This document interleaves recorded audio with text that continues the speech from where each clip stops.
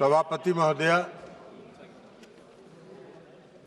वक्फ संशोधन विधेयक 2025 पर चर्चा हो रही है और चर्चा के प्रारंभ से ही ऐसा माहौल बनाने का प्रयास किया जा रहा है कि जैसे यह कोई वक्फ संशोधन विधेयक जो है ये मुस्लिम विरोधी है। और यह आज से नहीं है। जब ये वक्फ संशोधन विधेयक इस सदन में पेश हुआ था जेपीसी में जाने के पहले, तब से ये नैरेटिव बनाने का प्रयास किया जा रहा है पूरे देश में और पूरे देश का माहौल खराब किया जा रहा है यह बता के कि यह मुसलमान विरोधी है। कहीं से ये मुसलमान विरोधी नहीं है, कहीं से मुसलमान विरोधी नहीं है।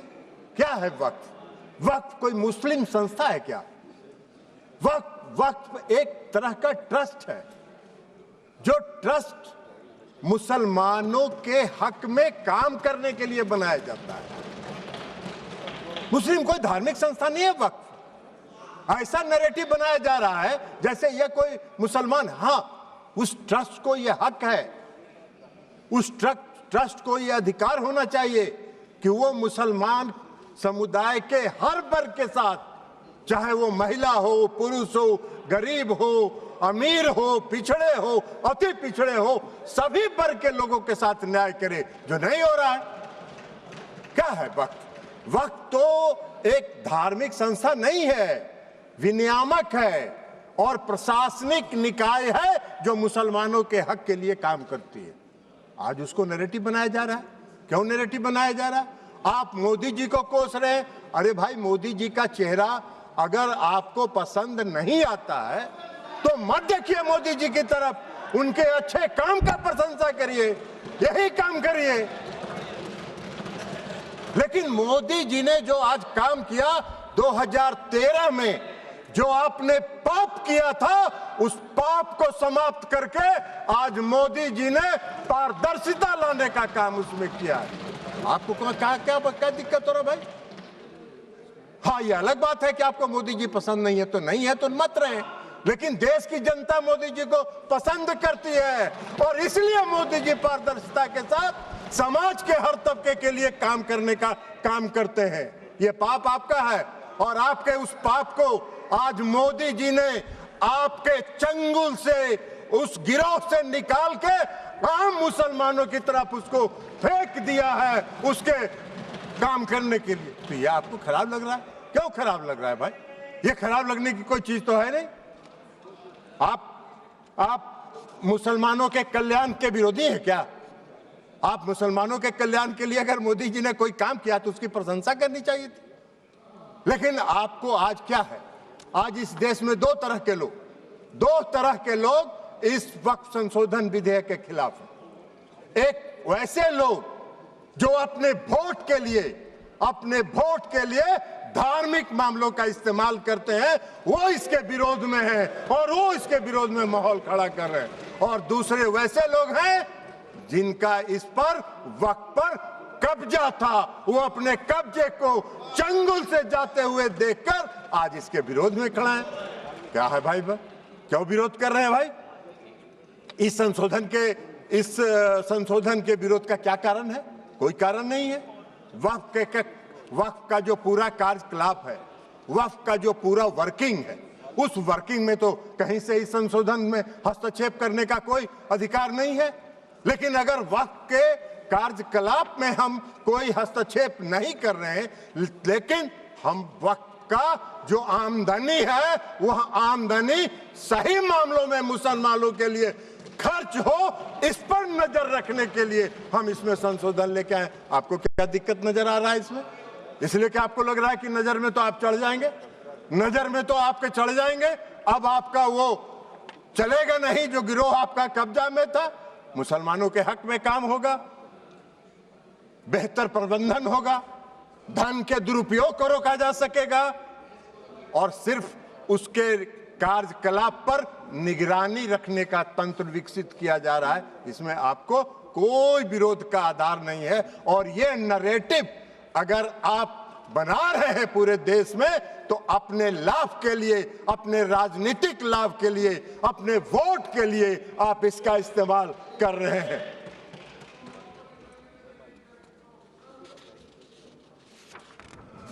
सभापति महोदया, इस संशोधन से क्या होगा? इस संशोधन से सबसे बड़ा फायदा क्या है? आज मुसलमान समुदाय के अंदर, ये नैरेटिव तो आप बना नहीं रहे हैं, मुसलमान समुदाय के अंदर पसमानदा समाज के भी लोग हैं। आप जरा बताइए हमको, पूरे देश भर का उदाहरण देके बताइए कि पसमानदा समाज का वक्त पर कोई है, वक्त में उसका बेचारे का कोई से है? कितनी बड़ी आबादी है पसमानदा समाज की, उसका कोई से है? आप पूरे देश में, आपके नेता, कांग्रेस पार्टी के नेता पूरे देश में चिल्ला चिल्ला के कह रहे हैं जातीय गणना कराइए, जनगणना कराइए, तो कराइए, तो मुसलमान के पसमानदा के आप खिलाफ कहां हैं? अगर उनको हक दिया जा रहा है और उनको अधिकार दिया जा रहा है। आपको बता देते हैं, आपको बता देते हैं, आपकी सेकुलरिज्म की एक कांग्रेस पार्टी के एक नेता का कल हम देखे अखबार में एक बयान छपा हुआ है कि जेडीयू सेकुलर पार्टी है, उसको देखना है। अरे जेडीयू को और नीतीश कुमार को आपके सेकुलरिज्म के सर्टिफिकेट की आवश्यकता नहीं है, उसकी आवश्यकता नहीं है। आपको हम एक बात बता देते हैं, सेकुलरिज्म की आपकी परिभाषा है समाज को वोट के लिए बांटो, भावना की राजनीति करो और वोट लेके देश पर राज करो और राज करो। यह आपका सेकुलरिज्म का परिभाषा है। नीतीश कुमार जी का और जेडीयू के सेकुलरिज्म की परिभाषा है कि बिना कोई विवाद किए हुए काम करो, समाज के हर वर्ग के लिए काम करो। आपने तो इस देश में बहुत दिन शासन किया।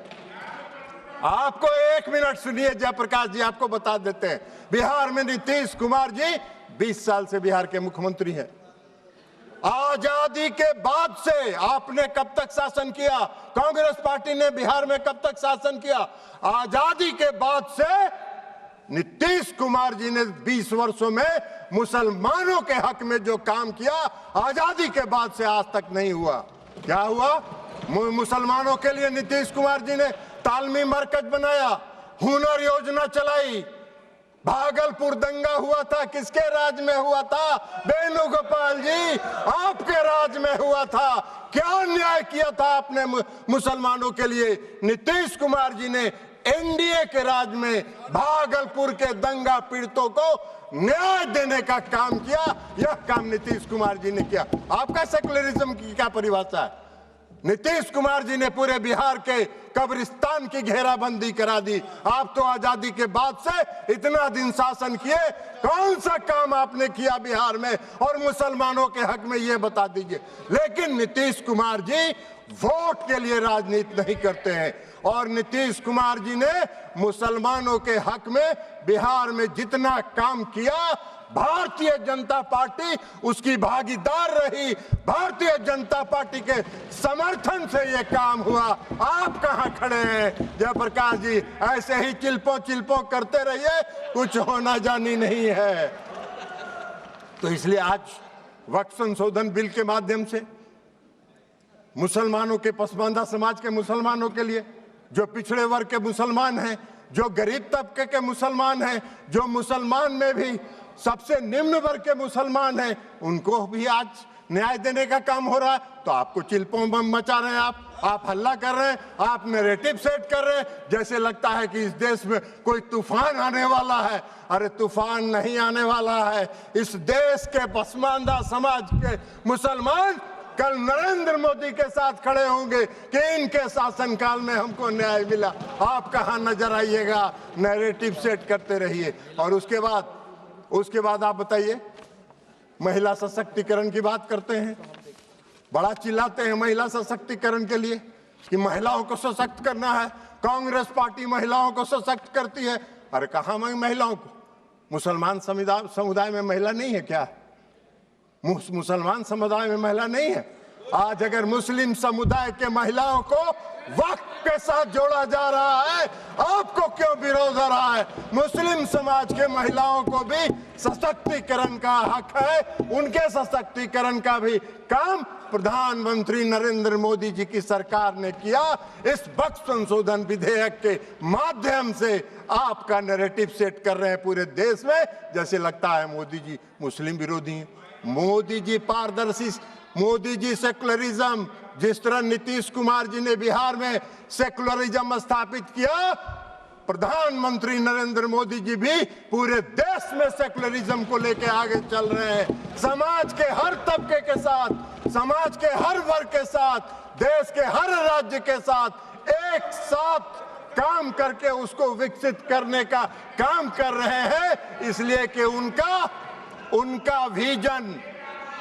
विजन, उनकी सोच व्यापक है। वो विकसित देश बनाना चाहते हैं, आत्मनिर्भर भारत बनाना चाहते हैं। आप देश को संकुचित रखना चाहते हैं, देश को बांट के वोट के लिए धर्म के आधार पर वोट को बांटना चाहते हैं, जो आपका चलने वाला नहीं है। अभी चर्चा हो रही थी, बहुत लोगों ने कहा इस संशोधन के माध्यम से डीएम को अधिकार क्यों दे दिया गया। बहुत लोगों ने सिविल प्रोसीजर कोर्ट तक की बात करी, हमको हंसी आ रही थी। सीपीसी से क्या लेना देना है? गाय का सील भैंस में, भैंस का सील सिंह जो है गाय में लगा रहे हैं। अरे भाई, इस देश में रेवेन्यू के रिकॉर्ड्स का कस्टोडियन कौन होता है?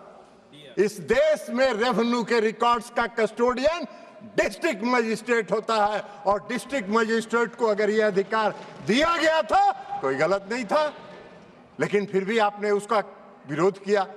तो भाई सरकार ने सोचा कि चलिए आपके विरोध को मान लेते हैं, और उससे बड़े अधिकारी को दे दिया ये अधिकार। लेकिन रेवेन्यू के रिकॉर्ड्स का कस्टोडियन जिलाधिकारी होता है। आपका अगर झगड़ा होगा, मेरी संपत्ति का अगर झगड़ा होगा, वेणुगोपाल जी आपकी संपत्ति का किसी से झगड़ा होगा, तो कहां जाते हैं आप? खतियान देखने के पास? किसके पास जाते हैं? वही डिस्ट्रिक्ट मजिस्ट्रेट के यहां, वही डिस्ट्रिक्ट मजिस्ट्रेट की अदालत में जाते हैं। एक आम मुसलमान भी आज की तारीख में, आम नागरिक अगर मुसलमान का है और उसकी व्यक्तिगत संपत्ति पर कोई विवाद होता है, तो वो जाता है डिस्ट्रिक्ट मजिस्ट्रेट के यहाँ, और वहीं से उसको न्याय मिलता है। तो आम मुसलमान डिस्ट्रिक्ट मजिस्ट्रेट के दफ्तर में जाएंगे, उनको न्याय मिलेगा। अब वक्फ को नहीं जाना है, इसलिए कि वक्फ की जमींदारी है। पूरे वक्फ की संपत्ति पर उसको समाप्त करने का काम, पारदर्शिता लाने का काम नरेंद्र मोदी की सरकार ने किया है। इसका स्वागत करना चाहिए, इसका विरोध नहीं होना चाहिए। अब आप कह रहे हैं कि ट्रिब्यूनल की बात आती है। भाई क्या ट्रिब्यूनल में क्या दिक्कत है? आज का क्या कानून है?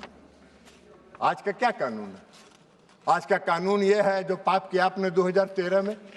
आज का कानून क्या है कि अगर कोई वक्त, जो सुबह में रिजिजू साहब मंत्री जी जो भाषण दे रहे थे, उन्होंने कहा कि धारा 40 को खत्म कर दिया हमने। बड़ा भाव, बहुत अच्छा, धन्यवाद के पात्र हैं किरेन रिजिजू साहब जी। इन्होंने सुप्रीम कोर्ट की बिल्डिंग को, राष्ट्रपति भवन की बिल्डिंग को, लोकसभा की बिल्डिंग को बचा लेने का काम किया, नहीं तो कल कह देता कि ये भी मेरा वक्त का संपत्ति है। भाई आपका कौन सा कानून है इस देश में? इस देश में ऐसा कहीं कानून होता है? कोई प्रजातांत्रिक, हम आजादी के बाद से इतने दिनों से इस देश को चला रहे हैं, कौन सा इस देश में ऐसा कानून है कि वक्फ ने जिस पर रख दिया हाथ, वक्फ की संपत्ति हो गई? अभी सेकुलरिज्म के इनके सहयोगी हैं, जिनके आजकल वेणुगोपाल जी, जिस पार्टी जो है जिसकी पिछलग्गू बनी हुई है, आज उनका भी वायरल हो रहा है। इसी लोकसभा में उनका दिया हुआ भाषण वायरल हो रहा है, जिन्होंने कहा है कि पूरे डाक बंगला चौक को पटना के वक्फ वालों ने कब्जा करके रख लिया है। सख्त कानून बनना चाहिए और उन लोगों को विदा करना चाहिए। तो यही तो आपका है। यही आपका है, वायरल है। जरा बाहर निकल के वेणुगोपाल जी देख लीजिए, नहीं हो तो बोलिएगा हम भेज देंगे, मेरे पास भी है, हम भी भेज देंगे आपको, देख लीजिएगा। तो आप वक्फ की संपत्ति को अगर आज समाप्त कर दिया उस धारा को, तो बड़ा बढ़िया काम किया। हम धन्यवाद देते हैं रिजिजू साहब के, जिन्होंने इस देश को बचा लिया और इस देश के कई लोगों को इस शिकंजे में फंसने से बचा लेने का काम इन्होंने किया है, इसलिए हम उनको धन्यवाद देते हैं। अब ट्रिब्यूनल की बात है। ट्रिब्यूनल का कहाँ क्या था भाई? कल इस कानून के तहत ट्रिब्यूनल में जाइए, ट्रिब्यूनल में जाके आप साबित करिए कि वक्फ का संपत्ति नहीं है, ये मेरा संपत्ति है, और उसको 5 साल तक 10 साल तक ट्रिब्यूनल सुनता रहेगा, और एक बार ट्रिब्यूनल फैसला दे दिया कि वक्फ वाले सही है, अब फिर कहीं नहीं जाइए, फिर उसी में रिवीजन फाइल करिए। यही तो आज का कानून था, जिसको खत्म करके इस सरकार ने पारदर्शिता लाने के लिए सिर्फ इंडिविजुअल को भी नहीं, अगर वक्फ को भी कोई शिकायत है तो वह भी अपील में जा सकता है, उसको भी आजादी मिल गई है। दो तरफा मामला साफ है। अब चलिए, जो सही होगा वही होगा, और यही काम नरेंद्र मोदी जी करते हैं, पारदर्शिता लाते हैं। आपको पारदर्शिता से चिढ़ है, आपको पारदर्शिता से नफरत है, तो इसमें मोदी जी क्या करें? उनका चेहरा आपको खराब लगता है तो मोदी जी क्या करेंगे? आपको पसंद नहीं है, उनके काम की प्रशंसा किया करिए। इसलिए आज जो ये संशोधन लेके सरकार आई है, ये संशोधन पूरे वक्फ के कार्यकलाप को, पूरे वक्फ के कामकाज पर, पूरे वक्फ की संपत्ति पर, पूरे वक्फ का इस्तेमाल आम और गरीब मुसलमानों के लिए, मुस्लिम महिलाओं के लिए हित में हो, इसकी व्यवस्था के साथ ये संशोधन विधेयक आया है। हमारी पार्टी जनता दल यूनाइटेड इसका पूर्ण समर्थन करती है, पारदर्शिता का समर्थन करती है, और पारदर्शिता को लाने के लिए हम आदरणीय प्रधानमंत्री नरेंद्र मोदी जी का धन्यवाद करते हैं। अल्पसंख्यक कल्याण मंत्री किरण रिजिजू साहब का धन्यवाद करते हैं और अपनी बात समाप्त करते हैं।